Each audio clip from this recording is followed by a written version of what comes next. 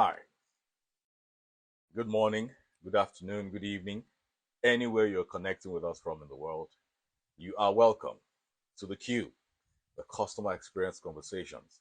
And tonight's edition is particularly very special because this week is the International Customer Service Week. Yes, you heard me right. The International Customer Service Week. And I hope that you have been having amazing service and an amazing customer experience with the various brands you've been engaging. And if you are a brand operator or you work within an organization or you own a brand, we hope that this week has been particularly special for your customers. Because if no other week, it should be this week. All right. So, yes, again, you are very welcome to the Q Customer Experience Conversations. This is where we talk about issues, conversations, topics, subjects that concerns the customers and the brands that they engage, as well as the brand operators within these brands and organizations to see that they are able to deliver value even when the customers are expecting value or requesting for value and also paying for value. So yes, this is where we have the conversation right here on the Q, the customer experience conversations. Again, you are very welcome. Today, to mark the International Customer Service Experience, we will be looking at a particular subject, which is the ghosts of refunds. I'll take it again. The ghost of refunds. I'm sure you're wondering, what does ghost have to do with refunds? But to establish one clear fact, that in the case where a refund needs to be made or is requested by a customer or is even suggested by a brand operator, it is because there has been a service failure. We must be able to identify that fact and establish it right out of the door.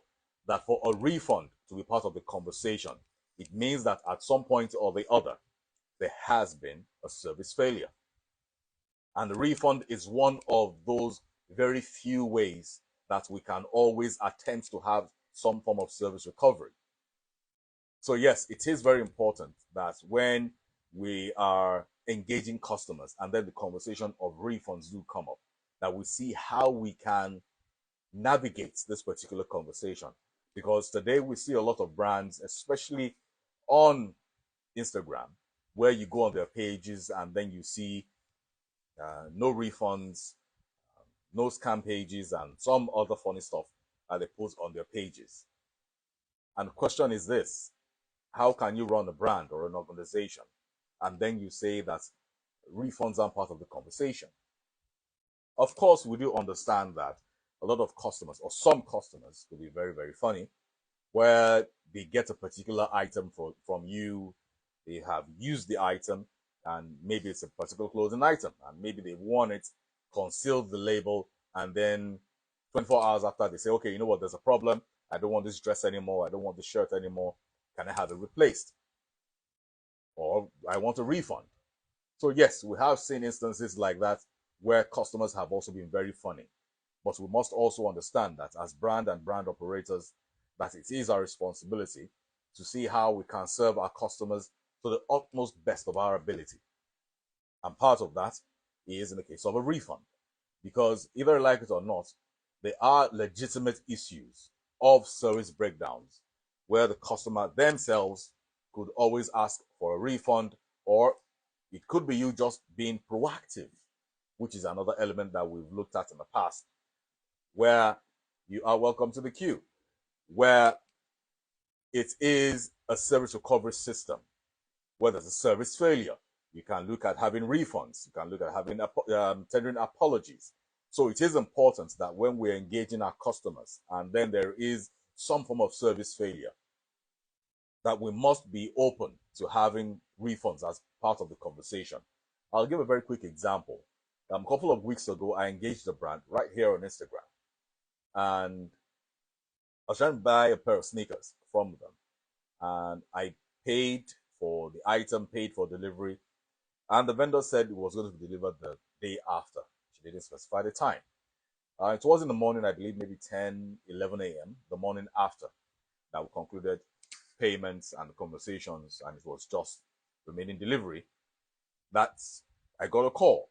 She called, introduced herself that she was the one I paid for the sneakers and all of that. And she said she apologized that she won't be able to send it out. I asked, what's the problem?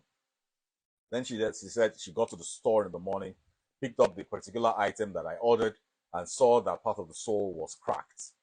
And that happened to be the only pair that they had in the color that I wanted.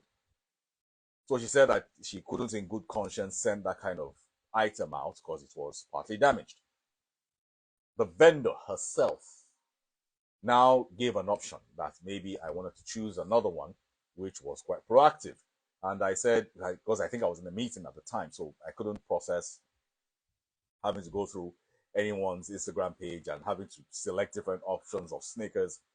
So I said, no, I didn't think that I was going to be picking any other item at that particular time. And then the vendor herself suggested that a refund be made. And then I told her, okay, maybe when I had a break from my meeting, I'll send my account details to her, to her DMs via Instagram. And I did that when I had a break from my meeting. And within 10 minutes, I got a refund. Sent her a message back and letting her know that I had gotten the refund. And more importantly, because I was impressed with how she engaged me during the entire course of this transaction that eventually didn't go through, I assured her that I will be patronizing her and getting one or more sneakers from her. Now, unfortunately, I haven't had the time to go through her page again to get another pair of sneakers, but rest assured, I will be doing that.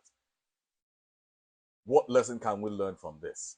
That it is important that when we're talking about customer experience and one of the things that we can do to earn customer loyalty, something as simple as refunds should be part of the conversation. And it is something that you can also use to earn customer loyalty. I mean, you have a particular brand now that I just gave an example of. They have earned me as a customer and a customer likely for life. Now, if maybe for our next transaction, maybe some other issue comes up, they have earned some benefit of the doubt with me if we're being fair and if we're being honest. Because from the first transaction that eventually didn't get concluded, they have been able to show that they value the customer relationship. And that is something that no customer, no reasonable person will be able to take for granted. So yes, the ghosts of refunds. If you're just connecting with us, you are welcome to the queue. The Customer Experience Conversations. This week is the International Customer Service Week. So yes, today's edition is a very special edition, and I must also say that here on the queue, it isn't just a dialogue.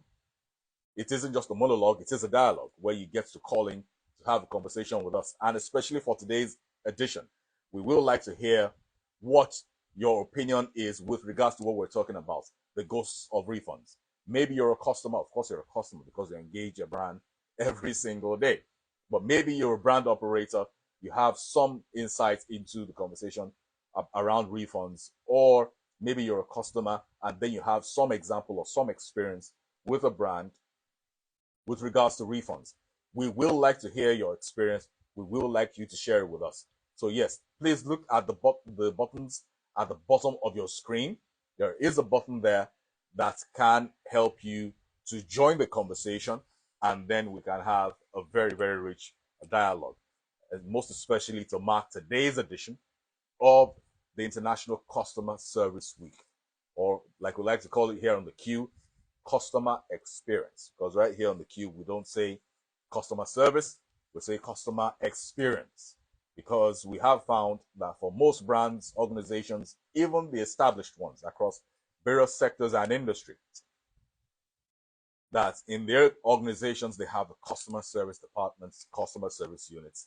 And for some reason, the entire orientation of those that fall within the particular unit is around what they can do for their customers, not necessarily what their customers want or what their customers expect of them.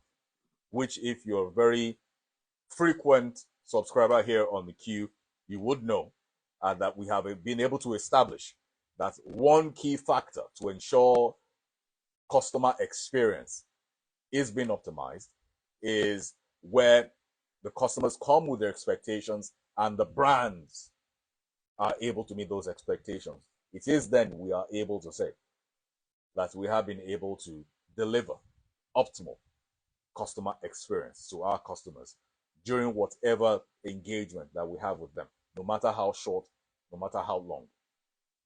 Okay? So, yes, we are still talking about the ghosts of refunds. And like we said earlier, refunds are on the table, most especially, most exclusively, when there is a service breakdown. And I mean, to just be reasonable here, when there's a service breakdown, I would expect that as a brand operator, that you are contrite enough to be able to see things from the perspective of the customer and be reasonable enough. We've talked about empathy here on the queue a couple of weeks ago, where you need to have empathy and understand where the customer is coming from when they are engaging with you in whatever capacity, not even necessarily in the place of complaints, but even from the point of inquiry. It is important. It is very, very important.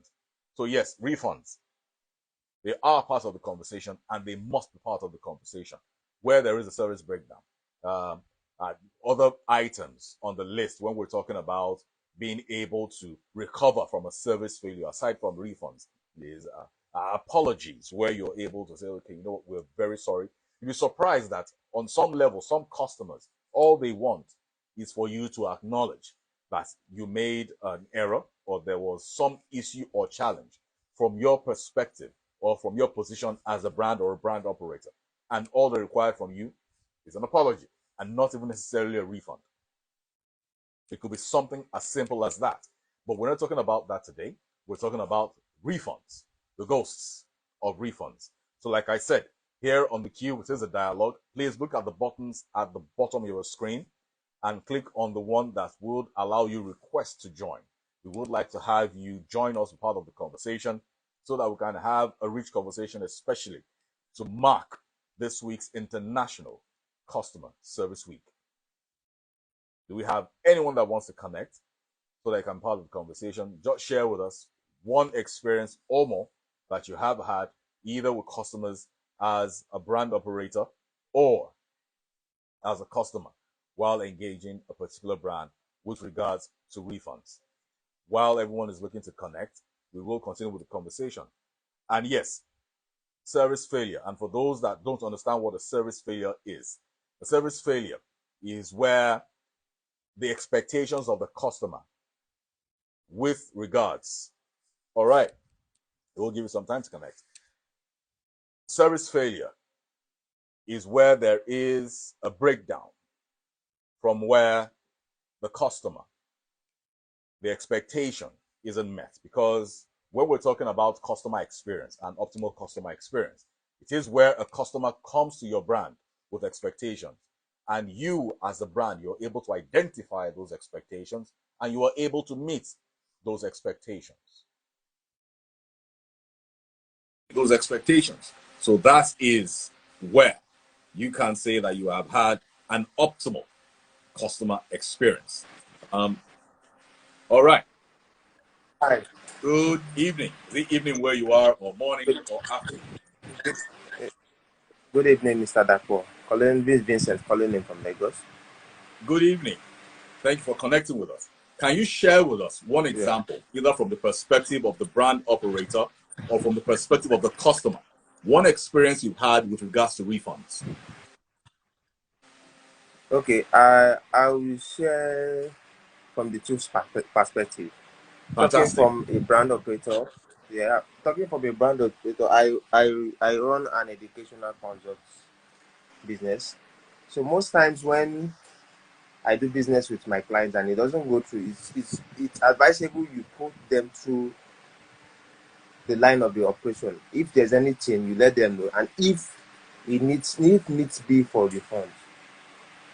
Once you make a refund, automatically you gain the customer loyalty. For subsequent transaction, you don't need to keep explaining yourself if there's any problem. The customer knows that okay, you got their back, and you can also, if there's a problem, you will refund them instantly.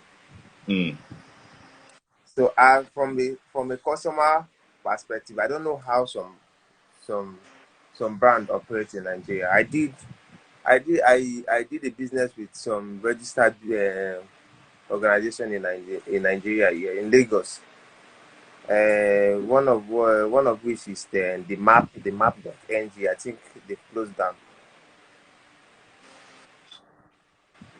He he said you should buy some portfolio that is going to do this, is going to do that. After buying the portfolio, he said he has sent the receipt. The business didn't go as the way he planned. Mm. After some time, I engaged him that this is what you said, this is what you said, and I've not even had anything from you. When are we getting a refund? That was on Instagram, and he bluntly told me that he's never going to refund anybody. How come? Was that part of the initial agreement? No, that was not part of the initial agreement. Even on the And they're MOU, not. and even up to date, I just had to let it go for my mental health. Instead of me dragging and dragging, I just had to let it go for my mental health and move on with life. How long But ago did this happen? it's about 2 years now. It's about 2 years. The Wow. conversation I had with him was later this year. For the space of 2 months, it was really affecting me. I could not function very well in my working place. I could not do anything. I I imagine. could see some transaction coming, but I couldn't engage myself in it because my mental space wasn't in the right state of mind. So after a while, I just had to let it go. That this is what it has taught me is doing business with Nigerian companies. If you are not directly involved in the business, don't put your money. That's what they have taught me so far.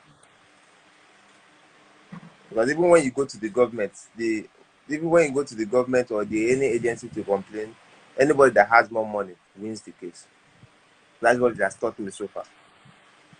Hmm. Well, so sorry about your experience, but um, may I say that you may not totally be right on that particular conclusion, and I'll tell you why. Now, there is an agency, there's a federal agency called Federal Consumer Protection Agency. I don't know if you've heard of them. They No, I've also not. have a sister agency in Lagos State. Check them out. I think you should have a conversation with them, especially the one in Lagos State. Now, I'll give you an example. I gave this particular scenario, I believe it was 2 weeks ago, right here on the queue, where you may have also seen the story because it was everywhere on social media and on WhatsApp. Now, this was what happened. A particular person came from Abuja, I think was visiting someone in Lagos, or was in Lagos for a short period of time, went to Ikeja City Mall, engaged a particular brand, a well-known brand. They sell phones and devices and electronics. Now he went on there to get headphones.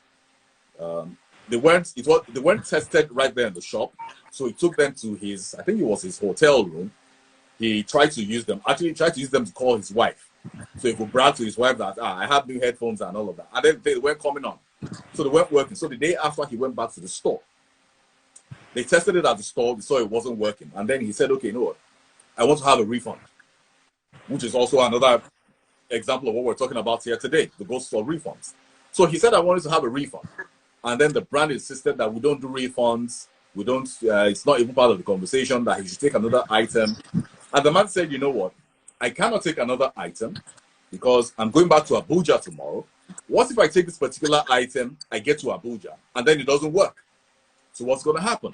And then they said, oh, no, we have other stores in Abuja. The manager there would attend to you. And this man said, okay, you know what? I think you don't think I have better things to do with my time. That I have to visit your store in Lagos, visit your store in Abuja because of a particular issue. Anyway, long and short of it, fortunately for him, there was a gentleman right there in the store who happened to be the director general of the Customer Protection Agency. I'll get their name for you very, very quickly before you sign up. He Okay. was right there in the store. He was listening to everything. He didn't say anything. So after the thing had dragged on for a couple of minutes, he introduced himself to the customer and the manager that was engaging the customer.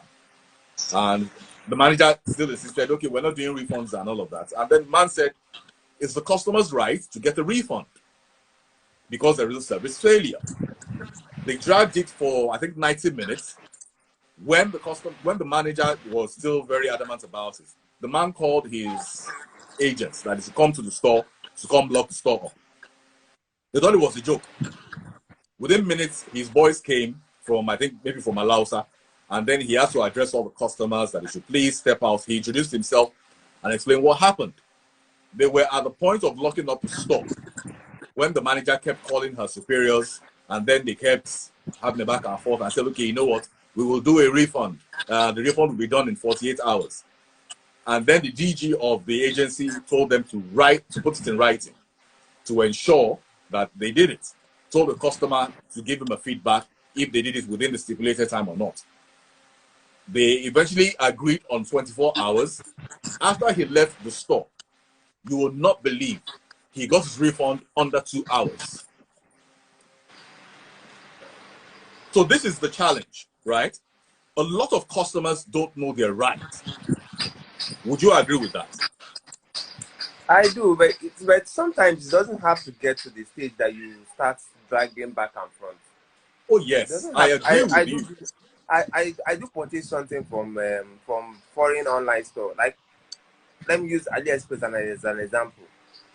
I purchased an item from AliExpress. So there was an escrow platform they opened, and I didn't get the item.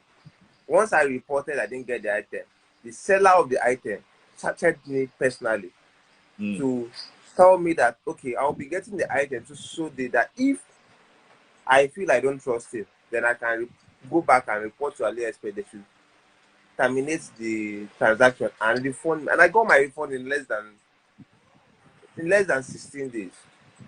That makes me to always go back to AliExpress to buy things. It doesn't have to be my fear with personally, my fear with Nigerian companies. If I'm not directly involved in the business, I don't put my money in it. That's just and I understand that sentiment, and it is quite valid. But can I share with you and every other person who is with us tonight, or this morning, or anywhere, whatever time it is, from wherever you're connecting with us from, especially if you're in Lagos. Now, the name of the agency is, can you take it down? Or Lagos State. Okay. You know, I'll say it and type it out in the comments. Lagos State Consumer Protection Agency. Let me take a minute to type it out while you're still on. Lagos State Consumer Protection Agency. So it's right there. I just typed it out in the comment section. For anyone else connected with us right now and you need their services, reach out to them. Tell them what your situation is, and I'm very sure that they will have it resolved to a reasonable degree. So yes, I think you should reach out to them. But more importantly, I would like to draw out a particular factor from what you have said as examples, and from what we have also been saying here on the queue for some time. Effective communication. Now, there was a communication channel, because you give another example of having to purchase an item on AliExpress that you didn't get. There was a communication channel where you could tell them, I didn't get this item. And the vendor in question was able to also communicate with you, saying, I am sorry, right? This is the challenge. You will get it within XYZ days. However, if you think there is still going to be a challenge, you can request for a refund, and you still got the refund. At the very heart of it, effective communication could be seen as it. Would you agree with that? Yeah, I do. So that is what we say here on the queue, that effective communication, it does save a lot of headache. So much headache. If you're able to communicate effectively, you will be surprised that even in some cases, customers will defer asking for a refund. If you're able to communicate effectively, where you're able to say, you know what, I am sorry, this is the challenge we're having, Like the example I gave of the vendor I tried to buy a pair of sneakers from. Now, the issue of refund wasn't even my idea. It was her idea. And it was just because of my time and I didn't want my money to be hanging somewhere. That's why I said, okay, you know what? I have the refund, but I'm still going to engage you in a conversation. And we're still going to have a transaction done.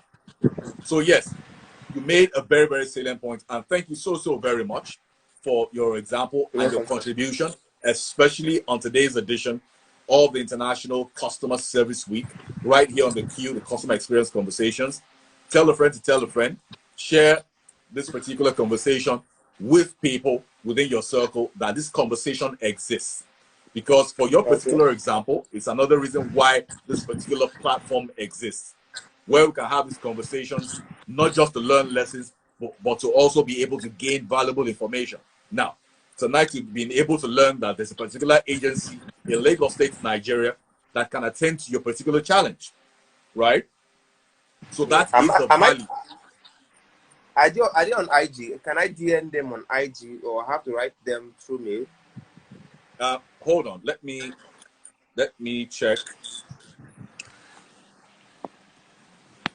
They are on Instagram, LASGCOPA, at LASGCOPA. That's their Instagram handle. Their Twitter handle is at the same thing, LASGCOPA. And on Facebook, same thing, LASGCOPA. Okay. Yeah, so you can also go on Google, check them out. You see their website, you see their handles, their social media handles, their phone numbers, their address, their email address, their physical address, and ways you can reach them as well. Okay. So you can connect with them, and I'm sure that they will be able to attend to whatever inquiries you have. But please, very importantly, you should be able to share this particular information with people, because a lot of people do not know that platforms like the Q exist, where they can know that, okay, customers do have rights, and then there are governmental agencies out there that are out to see that you know your rights and they're able to help you enforce your rights. So please share that this platform exists, the Q, the Customer Experience Conversations. We have this particular conversation every Thursday, 7 p.m., right here on Instagram. Okay. So thank you so very much for engaging. Thank you for being part of today's edition. We do hope that you enjoy the rest of your day. And please let us know if you're able to reach them, and if you have any other inquiries, you need any other way to reach them, or you have any other questions. Our email is also the Q podcasts, the CUE podcasts at gmail.com. You can also reach me via DM on my Instagram handle right here on Instagram at Deepak Oyewole. So please engage with us. Let us know how we can be of assistance, so that we can see how we can address your particular situation and see that you get a refund, and then you get invariably some value out of that entire transaction that went bust. Okay. Thank you very much, sir. Thank you so very much for connecting. Thank you. Thank you very much, Please sir. Do have a stay wonderful tuned day, to the sir. program. We'll be wrapping up very soon. Thank you. Okay. Appreciate it.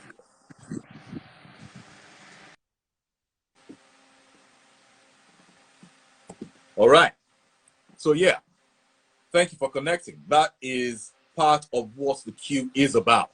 Now, we've had a gentleman who didn't know that there's a particular agency in Lagos State that could have helped him solve his particular challenge and ensure that he gets a refund from the brand he engaged. And from the little I've heard from it, it sounded like they're a bit of a fraudulent brand. But back to the conversation. Today, celebrating or recognizing the International Customer Service Week, we are talking about the Ghost of Refunds right here on the Q, the Customer Experience Conversations.